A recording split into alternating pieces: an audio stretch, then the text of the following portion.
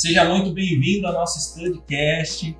Eu tô aqui, pastor Mike, junto comigo hoje. Você que já clicou aí, você já sabe quem é o nosso convidado de hoje. Mas hoje a gente vai falar sobre liderança, sobre pastoreio, então te aconselho a ficar até o final desse vídeo. Eu sou o Cigarini, sou pastor aqui na Linha Cuiabá, junto com o pastor Mike. É isso aí, gente. Sou o pastor Mike, como eu sempre falo, eu tô aqui como você para aprender. É isso aí. Brincadeira, gente. Mas se eu fosse você, eu pegava aí sua Bíblia, pegava seu caderno, sua caneta e anotava, porque cada podcast que nós estamos tendo aqui é uma aula. E hoje vai ser extraordinário. Com certeza. E aproveita já, se você não é inscrito no canal, já se inscreve no canal, deixa seu like, compartilha esse vídeo, comenta e vamos pro vídeo. Quero lembrar também que a gente tá lá no Spotify, tá? É verdade, agora nós temos essa novidade, muito bem lembrado. É isso aí. Estamos com todos os episódios do Studcast no Spotify. É só você escrever lá, Studcast, você vai ver todos os episódios que a gente gravou até agora. Inclusive esse, quando você estiver assistindo, já vai estar no Spotify. E você tem a liberdade para assistir aqui ou ouvir no Spotify, quando você preferir. Tá bom? Então, vamos pro vídeo. É isso aí, vamos pra cima.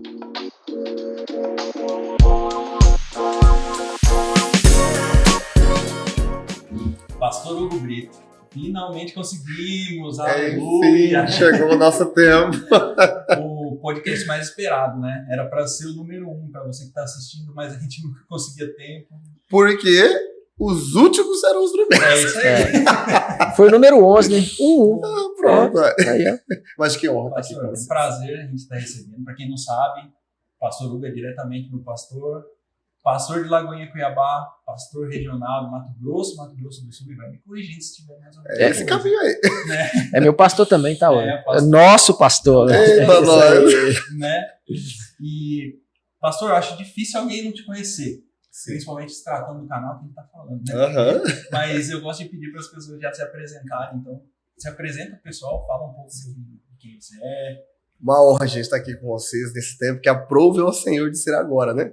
Mas que essa ferramenta possa te edificar através das nossas experiências, daquilo que Deus já liberou sobre o nosso coração. Como o pastor Oda disse, eu já estou na caminhada ministerial. Esse ano completa 15 anos que eu pertenço à nossa convenção e há 10 anos pastoreando pós-consagração. Então, tem sido um tempo assim, de muita graça, muito favor. Hoje, como ele diz, Deus me deu a graça de ser pastor regional em nossa convenção, no estado de Mato Grosso e no estado de Mato Grosso do Sul, mas Oda por 15 anos já no ministério, 10 de pastoreio, 15, né, integral. Deus já me deu a honra de plantar aproximadamente 25 igrejas ao redor do mundo. Então, mesmo em meio a tão pouco tempo de caminhada, né, comparado aos grandes referências da nossa nação, Deus tem dado graça, acredito que dá para acrescentar um pouquinho na sua vida. Meu Deus, 15 anos. 15 anos. Meu Deus do céu. Tem história, viu? É muita história, né, pastor?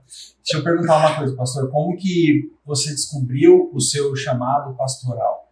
Como que foi esse processo? Porque talvez alguém esteja vendo e às vezes ele pode ficar com medo de parecer que ele está querendo assumir um lugar que não é dele, ou às vezes ele fica preocupado com o que os outros estão falando. Como que a pessoa ela pode descobrir que ela tem esse chamado mais pastoral?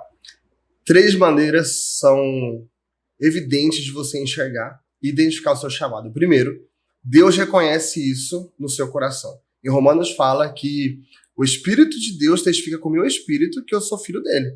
Então existe um relacionamento e Deus comunica ao seu coração sonhos e propósitos. Então, primeiro, Deus ele reconhece isso no seu coração. Segundo, você lá no seu espírito humano, isso testifica. Você pode tentar procurar várias realidades, mas você entende lá no fundo, no seu espírito humano, que Deus ele tem algo específico para a sua vida com relação ao chamado, por exemplo, ministerial.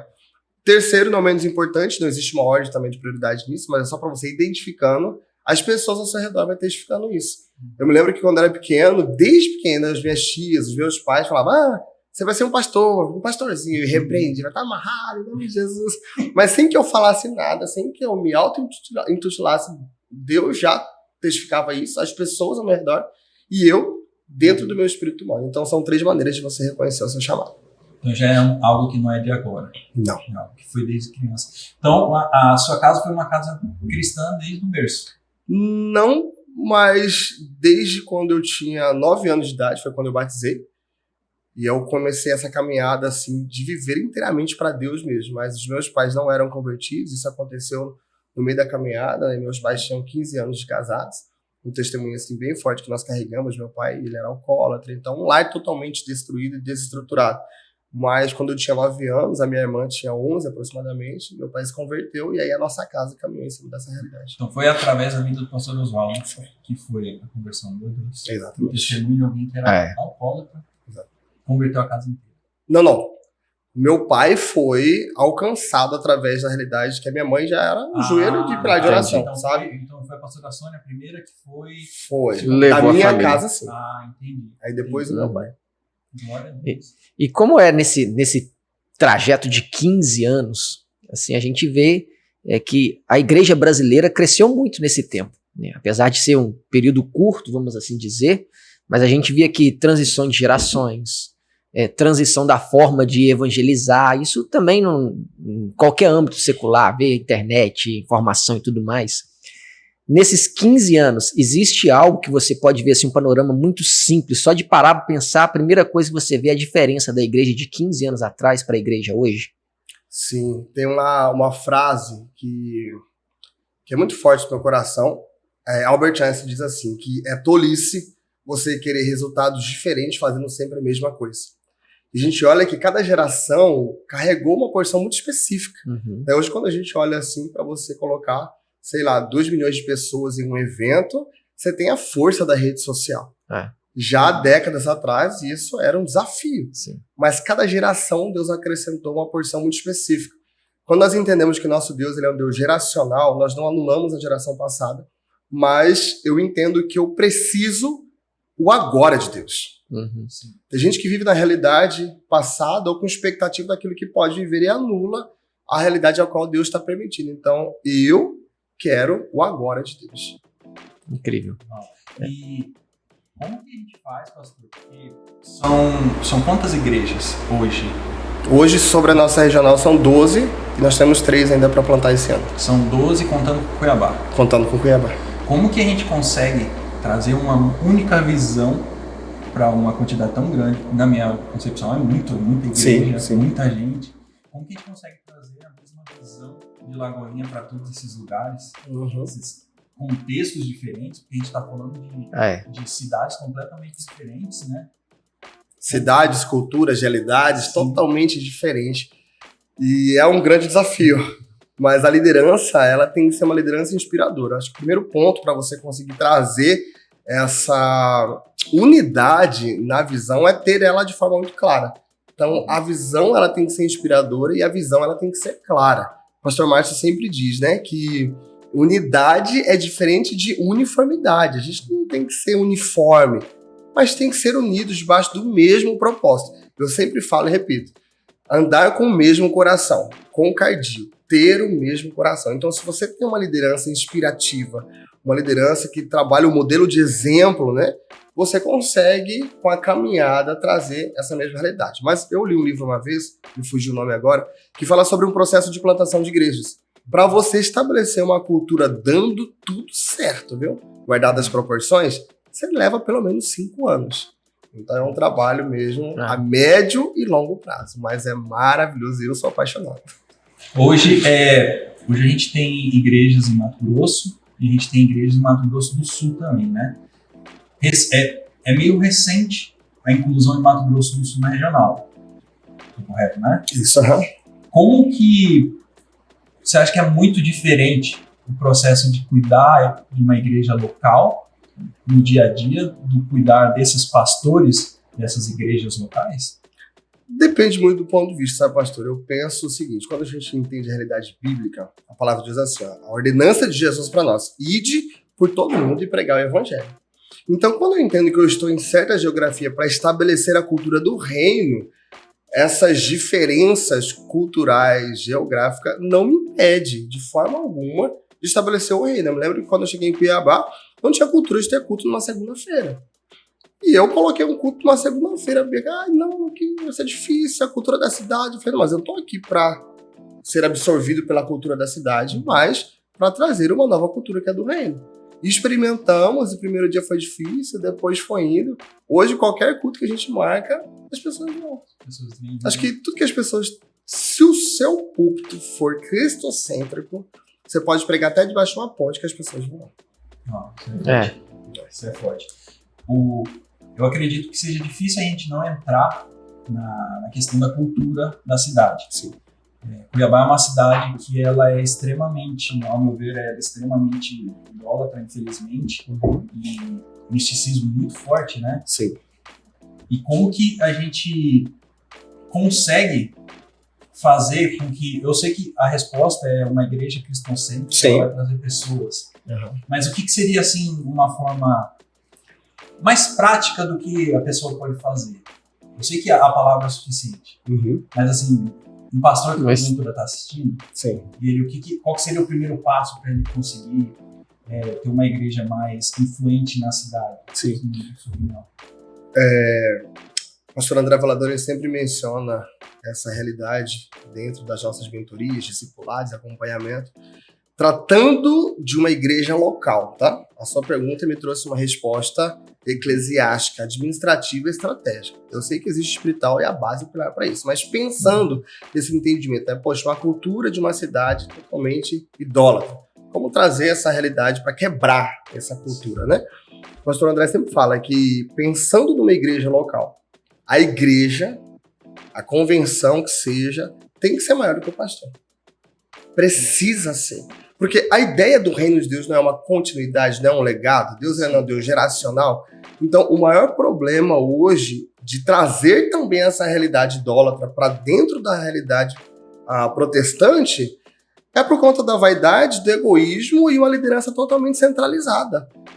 Pastor, você tem que ter o controle de tudo, mas você não tem que controlar tudo. Existe uma diferença muito grande. Você tem que confiar. Vai conferindo também, mas tem que confiar. O problema é que a gente está muito acostumado a delegar serviço. Faz isso para mim, faz aquilo para mim, mas raramente a gente delega autoridade. Quando você delega autoridade, você descentraliza. E quem descentraliza, cresce. E aí Jesus é revelado. Então, a gente tem que ser intencional nessa caminhada. Isso aí também serve para impulsionar outras lideranças também, né? Quanto mais você libera a autoridade, pelo menos pelo que eu entendi. Sim. Né? Pastor, diante disso, recentemente saiu uma pesquisa do Instituto Barna dizendo que até 2030 teremos mais evangélicos no Brasil do que qualquer outra religião. Em contrapartida também, nós estamos num cenário extremamente caótico quanto à sociedade. Corrupção, desigualdade social, doenças, pandemias, enfim. Com todo esse contexto que nós estamos vivendo, na sua ótica como pastor local, e aqui eu tenho duas perguntas. Qual é o maior desafio na sua ótica para a igreja brasileira nesse momento? E qual é o maior desafio para um pastor de uma igreja local nesse contexto também? John Maxwell fala que liderança é influência. Sim. Liderar é influenciar, nada mais, nada menos que isso.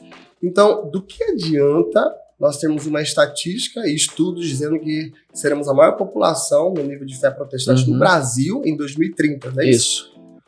Se esse nível de influência não traz transformação.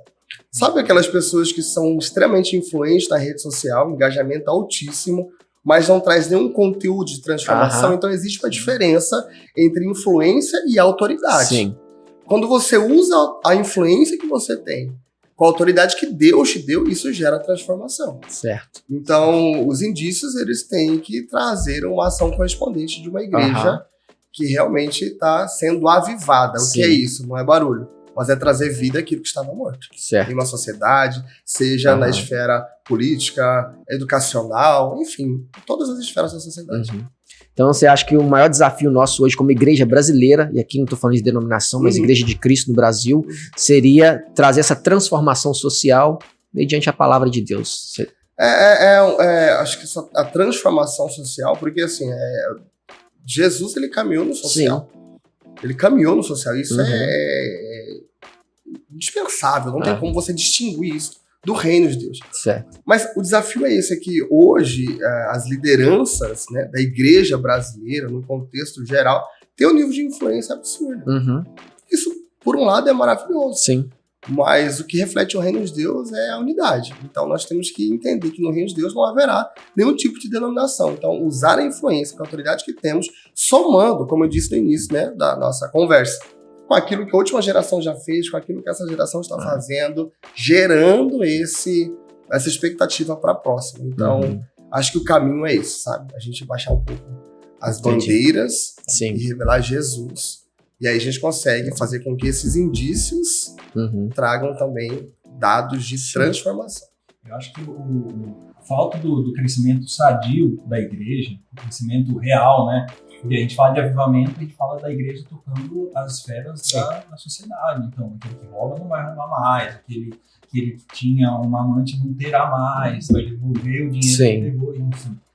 Mas muito desse problema da falta de crescimento sadio se dá pelo atrito que a gente tem no próprio dentro da... Agora eu vou falar do lado evangélico, né? Das igrejas evangélicas. A gente vê discussões do tipo, o calvinismo é arminiano, porque eu sou da igreja A e você é da igreja B. E isso prejudica de uma forma todas as igrejas juntas, né? Ficar rotulando, né? Ficar rotulando, colocando esse rótulo. Só que a gente viu um processo meio inverso aqui no Laguna. Porque a gente tem 6 anos, a gente tem cultos cheios, graças a Deus, e a ideia é crescer mais, né? Então, assim, o que eu sei que o mundo ideal seria todo mundo falar a mesma língua. Todo mundo parar com essas barreiras que estão fazendo e tal. Mas como que a gente conseguiria ter uma linha de conversa mais saudável com essas outras denominações? Você acha? Quando a gente olha para Jesus, ele andava por toda parte fazendo o bem. Homem rico em compaixão. Então, quando a gente entende que o evangelho ele é puro e simples, você revelando o amor que é próprio Cristo, as coisas ficam mais simples. Nosso pastor sempre fala, trate as coisas grandes como pequenas. E é verdade. A internet inflama muita coisa, os resumos e os recortes trazem muita dupla interpretações ou até mesmo interpretações errôneas. Então acho que a gente tem que ter um pouco mais de senso de maturidade, temor no nosso coração, sabe? Para poder revelar Jesus, mas é mais simples do que a gente imagina. É só entender a caminhada em amor. Acho que o mais difícil é fazer todo mundo entender isso. No meio de tanta diversidade, né? Mas tem como ter diversidade, porque nosso Deus ele age em multiforme graça, então ele age de forma diferente mesmo em qualquer contexto, e glória a Jesus por isso. Mas isso não nos faz seres divididos. Tem como ser unido mesmo em tanta diversidade. Você acha que há uma divisão na igreja brasileira? Acho que a palavra divisão é uma palavra muito forte, no meu ponto de vista, né? São óticas, cosmovisão, cultura, são, dogmas completamente diferentes. Guardadas as proporções, a gente sabe que existe realidade de divisões, sim, mas se tratando da igreja brasileira, eu acho que o maior mal hoje da nossa geração é a internet, que não está sendo bem utilizada. Então, acho que o mau uso das ferramentas que nós temos traz essa sensação de divisão. Mas eu não uso essa palavra, eu tenho muito temor para isso, sabe? Porque falar da noiva de Cristo é algo que a gente tem que ter muita cautela. Mas realmente, os fatos, né, os frutos e tudo que a gente tem assistido, eu acredito que a nação brasileira ela precisa de arrependimento. Sim, urgente. Eu vi um vídeo de um rapaz, ele falava que tem todas as religiões, eles não brigam entre si. Você vê as outras religiões lá, elas meio que não ficam com brigas tão... que saem da bolha deles, pelo menos não, né? Sim. Mas no caso dos evangélicos, isso não rola. Porque a gente tem programas de debate, a gente tem pessoas que vão conversar, mas mais criticar do que conversar. Isso vai só, eu acredito que vai mais, não dividindo, mas afastando as pessoas, né? Afastando cada denominação, ou cada visão do reino de Deus, né? Acho que não precisa inventar nada não, gente. Prega Jesus e tá tudo certo. Essa vai ser sempre a resposta. Amém, né? Sempre. Pastor, Você tem 12 igrejas que são responsáveis. Você é casado, tem um filho, Benício. Sim. Como que você lida com tantas demandas do dia a dia sem ficar maluco? Como eu disse no começo, quem descentraliza cresce. Eu me lembro de um filme que estava assistindo do Steve Jobs, que ele falava sobre isso, né? Que ele não tinha todas as habilidades e conhecimentos, mas ele se cercava de pessoas que eram muito mais inteligentes e experientes do que ele. Acho que isso soma a beleza do corpo. Eu vivo toda essa realidade porque eu não estou sozinho. Estou aqui na mesa com 2 pastores, mestres, teólogos, que são escritores, que têm caminhada, às vezes, até muito maior e mais profundas do que a minha. E isso não me faz menor ou maior. Mas entende a paz na qual eu estou vivendo. E Deus ele vai trazer, sim, as parteiras para que esse projeto seja vindo à luz, sabe? Então, o segredo é isso. É você cercar-se de pessoas que são melhores do que você para que haja essa continuidade. Aí, parece ser leve, mas tem seus processos, tem seus desafios. Dentro da realidade da nossa casa, eu sempre digo que no meu sacerdócio, a minha igreja é o meu casamento. Então, começa ali. Não adianta eu usar as plataformas, mas o que minha esposa vai ouvir são as minhas ações dentro de casa, não as minhas palavras que são levadas no púlpito. Então, começa dessa forma. E aí você vai cercando de pessoas que são melhores que você e vai ficando leve. E tem um grande... Tem que ter um equilíbrio também, né? Porque ao mesmo tempo que a gente tem que lidar com a igreja aqui no dia a dia, no seu caso ainda com 12 igrejas, né? Ainda tem aquela questão de subir novas lideranças. Então, muitas vezes, a gente vai trazer pessoas que sabem muito, mas muitas vezes a gente também vai trazer pessoas só para aprender com essas, né? Sim. Então, como que a gente consegue filtrar aqueles que já entenderam, daqueles que talvez não tenham uma maturidade para saber o que eles querem, o que Cristo quer deles, melhor dizendo. Sim. Como que a gente faz para passar esse filtro, né? Porque nem todo mundo a gente vai trazer para a esfera da liderança. Sim. Mas como que a gente consegue identificar esses possíveis líderes da próxima geração? Sim. A palavra fala assim, né? Você já falou um pouco, que no muito eu te colocaria.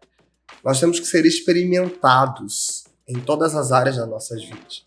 Né? Para você ser um líder, para você ser um pastor, a palavra fala sobre isso. Você que aspira ao episcopado, tem que ser um homem de bom caráter, de uma família só. Então, quando a gente entende que nós temos que ser experimentados, isso é em todas as áreas das nossas vidas, nós entendemos que não dá para desperdiçar a estação a qual nós estamos vivendo. Tem gente que chega com muita experiência, mas tem gente que chega que acabou de converter, está molhado ainda da água do batismo.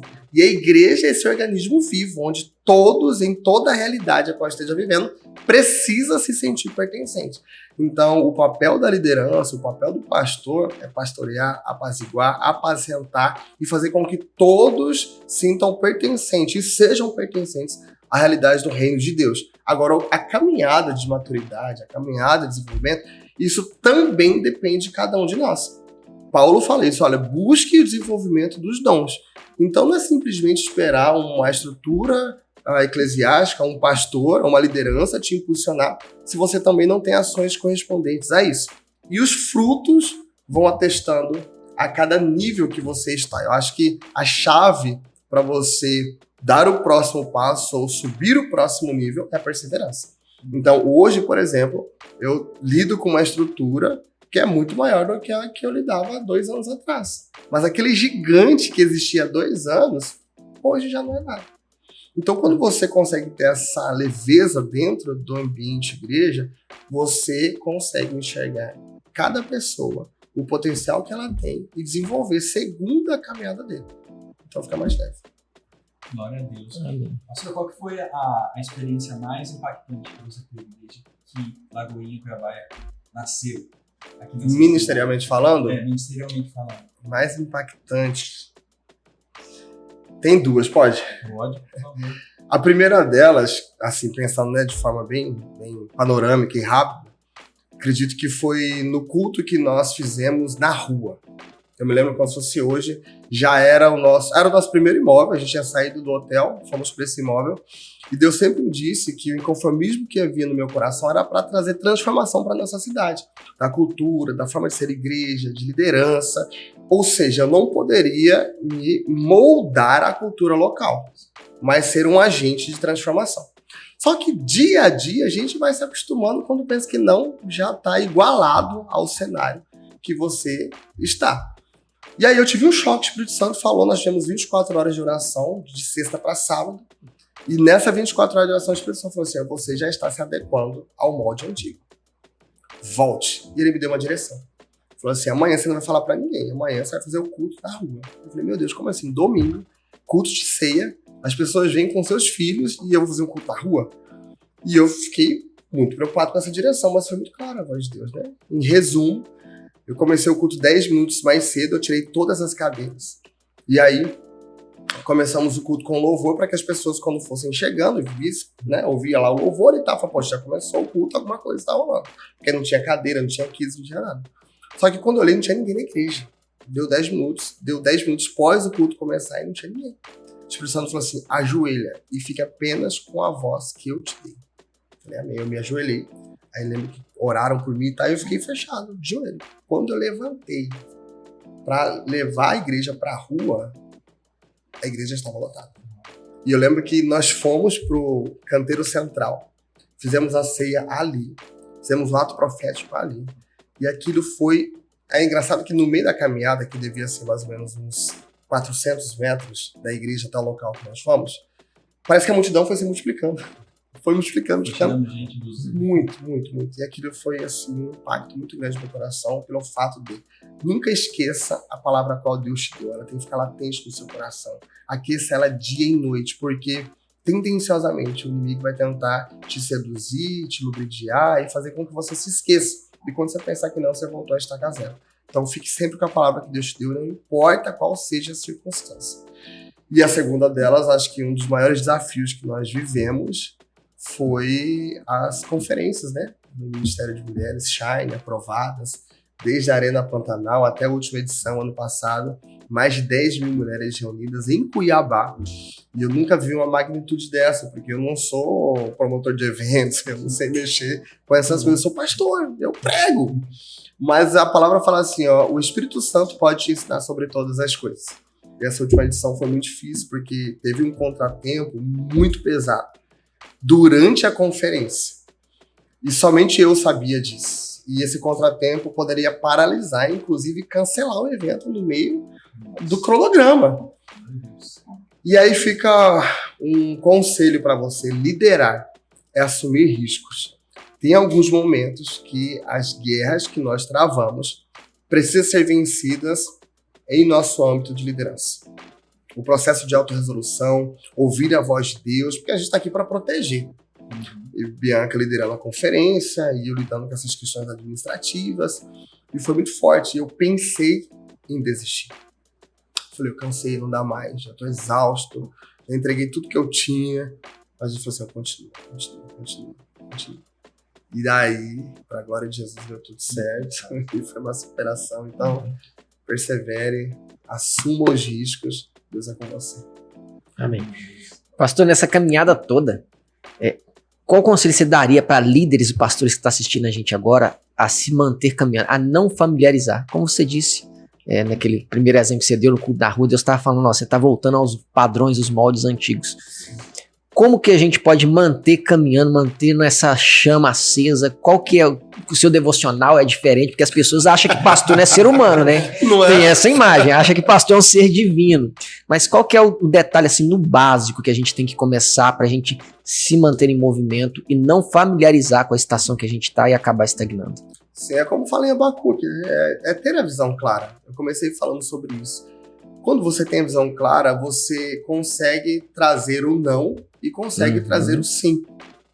Eu já recebi várias propostas que estavam fora do propósito, mas isso não seduziu meu coração nem 1%. Nada. Porque é claro para mim o meu propósito. É claro. Então, quando você tem a visão clara, a palavra clara no seu coração, você tem leveza para dizer sim e você tem leveza para dizer não. Isso te ajuda a permanecer neste lugar. Mas, ao mesmo tempo, não caminhe sozinho. É muito importante você ter uma cobertura espiritual, pastores, mentores, para te auxiliar. A palavra fala que existe sabedoria na multidão de conselhos. Eu tenho um discipulado e mentoria que tem nosso pastor toda semana. Eu tenho pastores que caminham comigo, que me aconselham, que me confrontam. Então, você precisa, sim, de ter pessoas do seu lado para te colocar no eixo. Sim. Terceira e última dica, não menos importante, case-se com uma mulher sábia. Ela sempre vai te colocar no devido lugar. E Perfeito. Bianca é uma auxiliadora, é uma amiga, é uma esposa, uma mãe fantástica. E ela sempre fala, olha, este é o lugar, este é o lugar. E a gente tem uma caminhada assim de uma parceria muito bonita. Então, isso é uma ferramenta, A gente. gente vai trazer ela aqui. É isso aí. Ela só não sabe ainda. Pastor, uma coisa que a gente gosta de fazer, pra gente ir caminhando para esse final, a gente gosta de pedir para quem a gente conversa, para ele deixar uma mensagem para a pessoa que está assistindo, uma mensagem inspirativa, uma mensagem, aquilo que Deus tocar no seu coração. Então, eu queria que você falasse com nossos ouvintes, e quem está assistindo também, sobre o que Deus tem para a vida deles. Sim. Uma mensagem. Claro, com certeza. Olha, nós sabemos bem que Deus, ele é o dono do ouro e da prata, ele é o criador de todas as coisas, e ele tem coisas grandiosas para liberar sobre a sua vida. Mas eu li um livro, eu sempre falo sobre ele, que é o Perfil de 3 Reis, fala sobre o rei Saul, fala sobre o rei Davi. Ele disse que, olha, nós podemos ir de uma cabana até um palácio sem perder o nosso coração. Você pode ver coisas grandiosas em Deus, mas não se perca no meio do caminho. Existem 3 realidades bem desafiadoras que arrancam o homem do seu propósito: fama, sexo e dinheiro. Então, entenda que Cristo é o seu maior tesouro. Você não tem nada que do céu não tenha te sido dado. Então, reconheça a grandeza dele, recolha-se na sua insignificância humana e você viverá o propósito de Deus de forma livre, leve e saudável. Glória a Deus. Amém. Pastor, antes da gente terminar, deixa eu perguntar uma coisa. Como você pegou uma regional, você acaba tendo mais visibilidade, Sim. você acaba lidando com pessoas que também têm mais visibilidade. Sim. Você também está cuidando do carisma. Uhum. Como que é a sua relação com todas essas pessoas que a gente está falando de pessoas influentes aí, principalmente na nossa igreja, que já tem uma caminhada aí que é de...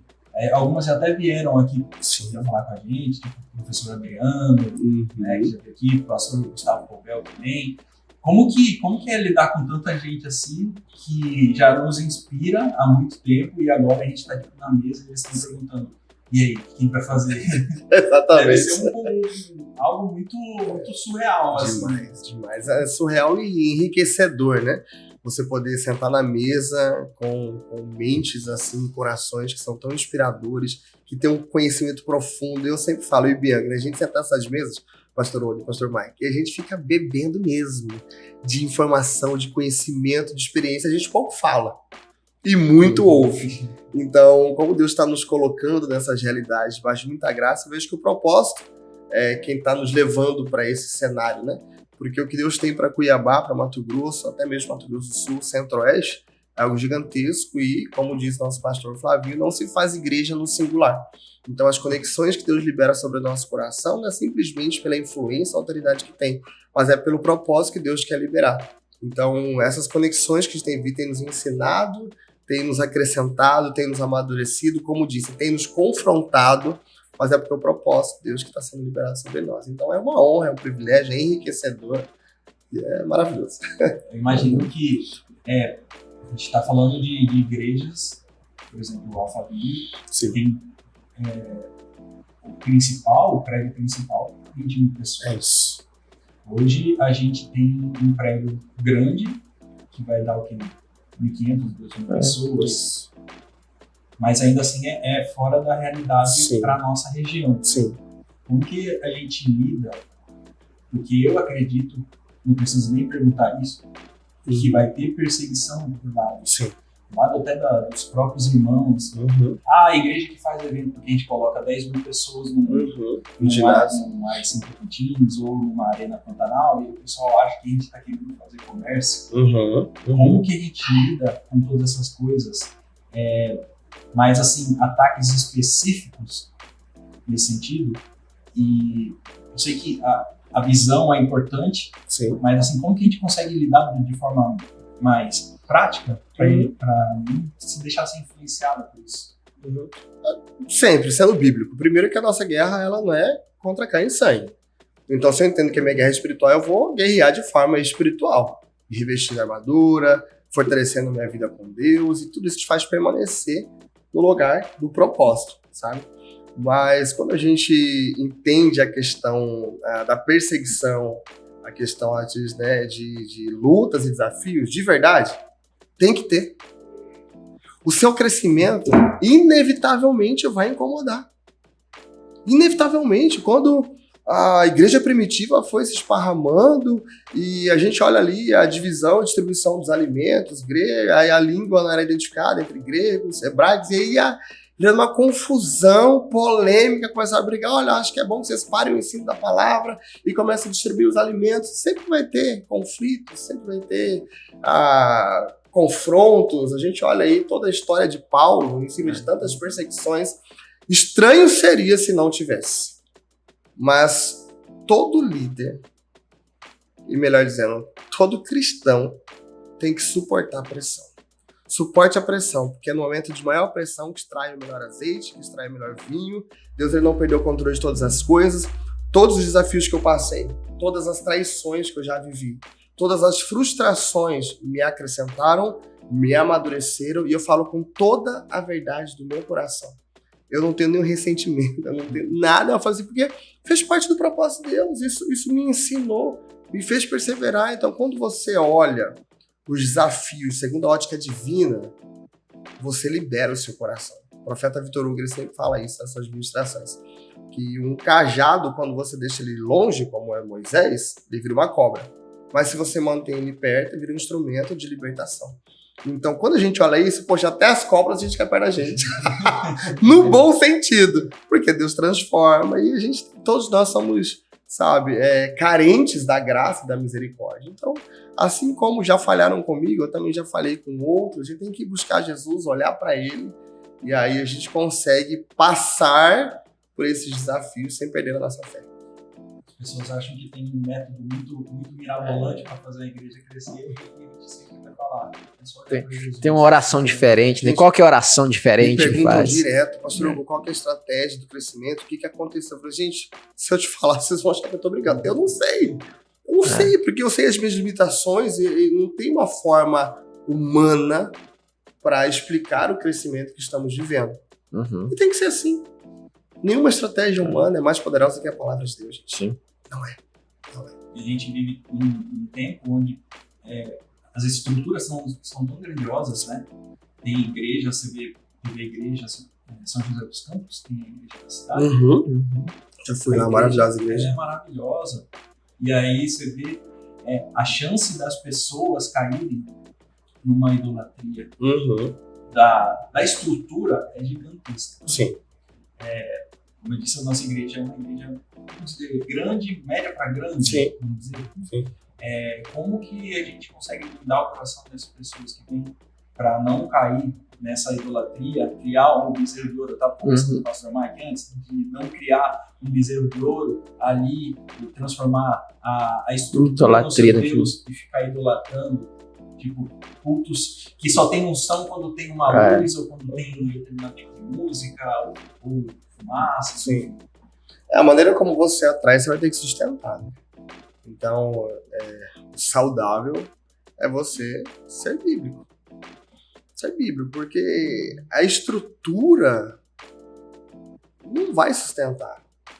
Dinheiro paga a conta, mas não faz igreja. Igreja se faz com pessoas. Porque antes você ter uma estrutura magnífica com corações destruídos, isso vai ruir. É construir a nossa casa em cima de um barranco de areia. Então, nada contra as estratégias da nossa igreja, é uma igreja de prédio preto, tem fumaça, tem tudo, mas já teve gente que deu uma chuva aqui, acabou a luz, continuamos adorando. Nosso primeiro culto, os irmãos trouxeram um ventilador porque não tinha ar-condicionado, eu não sabia que o prédio era de uma academia, colocaram na tomada, queimaram os ventiladores dos irmãos. Fizemos o culto no calor, fizemos culto na rua, já fizemos culto debaixo de chuva na praça. Então essas coisas não podem roubar o nosso coração. A gente pode ver grandes conferências, ter estruturas de igreja para servir a cidade, mas coisas nunca serão mais importantes do que as pessoas. E para finalizar essa fala, teve a nossa última edição da Conferência Aprovados. Eu estava no meio daquele furacão que eu testemunhei, de resolver um conflito gigantesco. Eu fui para uma sala, me ajoelhei, comecei a chorar assim, copiosamente. E ao me restaurar, eu saí da sala. Quando eu saí, um voluntário da nossa igreja passou por mim chorando. E eu, resolvendo uma coisa tão delicada, parei. Eu falei, o que foi, querido? Não, pastor, tá tudo bem, você tá corrida com a conferência. Eu falei assim, não. Não faz sentido para mim. Tá com essa estrutura toda, com esse tanto de gente, e você que caminha do meu lado tá mal. O que aconteceu? Ele, pastor, eu desentendi com minha esposa. Eu falei, cadê ela? Tá lá na sala, vamos lá agora. Eu larguei tudo. Fui lá, busquei ele, fui lá, oramos e abraçava. Gente, a gente tá vivendo uma grande obra. Não vamos deixar essas coisinhas nos atrapalharem. E eles se abraçaram, então isso marcou o coração. Então, não é sobre coisas. Não é. Do que adianta uma estrutura gigantesca se não tiver pessoas lá dentro? Deus criou todas as coisas, mas ele entregou seu filho, foi por vidas. Pastor, foram 25 igrejas plantadas. Isso. Dessas 25, tem alguma experiência ou alguma que te marcou mais ou não? É igual mãe, né? Ama todos por igual. Como é que é esse negócio, pastor? Amo todas por igual, mas não tem como não dizer de Cuiabá. Mas eu tenho também uma referência muito boa sobre a nossa igreja na cidade de Rondonópolis. Uhum. Nós começamos essa igreja em cima de um bar, gente. Eu pensei que era um restaurante e eu aluguei a parte de cima. E quando nós fomos fazer o primeiro culto, a primeira noite da visão, tava rolando um pagode no primeiro andar. Meu Deus. Que os irmãos tinham que passar pelo inferno e depois ir pra glória. Falei, vamos pra cima, vamos gerar luz aqui nesse ambiente. E nós começamos o primeiro encontro com 160 pessoas. Uau. Maravilhoso, mas eu era pastor em Lagoinha, Cuiabá, é mais ou menos uns 250 quilômetros. Todo final de semana eu ia para a cidade de Rondonópolis aos sábados e voltava domingo para fazer o culto em Cuiabá. Isso foram por 6 meses, porque não tinha liderança, não se faz pronta, você gera pessoas, então eu não tinha um pastor ainda para assumir a igreja, mas queimou no meu coração o nascimento daquela. Foram 6 meses assim, entrou a pandemia. Na pandemia, fomos para online e ao retornar aquele grupo de 160, só tinha 5, se não 3 pessoas. Meu Deus. E as questões financeiras ficaram delicadas pós-pandemia, e aí veio uma liberação, né, da nossa convenção para encerrar as atividades lá e retomar no segundo momento. E graças a Deus por essa leveza, foi uma abertura, mas a gente tinha autonomia para decidir se continuasse ou não. E meu pai me deu um conselho que marcou muito meu coração. Nosso pastor Márcio sempre diz, né, que igreja nasce, igreja não abre. Então nós não vamos matar ou abortar algo que Deus fez nascer. Uau. Se tiver uma pessoa, nós vamos continuar fazendo as viagens. E assim nós permanecemos. E hoje é uma igreja de quase 1.000 membros ali na cidade de Rondonópolis. E para mim é uma alegria muito grande ter participado da história dessa igreja também, em perseverança. Então, a nossa entrega tem que ser pelo valor de uma alma. A gente pode fechar estádios, mas uma alma já provoca festa de licença. Amém. É bom saber dessas coisas, saber como se parou tudo que estava fazendo só para tratar aquele voluntário, que essa visão da igreja que olha, tem uma pessoa, tá ótimo. Eu lembro de um vídeo que eu fiz uma vez, que eu gravei, na verdade eu editei, vocês fizeram uma viagem missionária. Sim. Aí vocês passaram por várias cidades, eu lembro muito bem desse vídeo, que na hora você, pastor Osvaldo, e eu não lembro se era pastor Misael, de Lagoinha Sinop. Exato. Né? Aí falava assim, a gente está aqui em Alta Floresta para visitar uma casa de uma família que tem aqui. E não tinha igreja. Nada. E aí vocês saíram vocês estavam em Sinop. Pegamos até balsa. Pegaram balsa. Foi. Uma família. E hoje você vê lá que a igreja está crescendo. Exatamente. Então, o poder da semente, a gente não tem noção. Porque o nosso sim não é sobre nós, mas é sobre aquilo que Deus quer fazer através de nós. Nós já fomos alcançados. Então, o meu sim pode tocar uma nação inteira. Isso é lindo. Esse coração, eu acho que é a principal mensagem que a gente precisa ter. É tratar Exato. Como o valor do indivíduo. O valor de todos, né? um valor gigantesco. Meu Deus, que conversa. Uau, espero que tenha sido bom. Meu Deus. Incrível.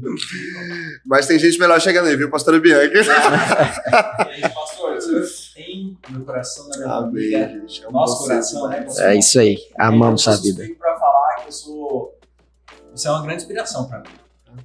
Eu Obrigado. cheguei um pouco antes da pandemia aqui, fui muito bem recebido e eu lembro que eu tinha chegado, não tinha passado 3 meses, veio a pandemia, ele falou, vamos gravar, ele falou, vamos, e eu tinha acabado de chegar na igreja, Foi.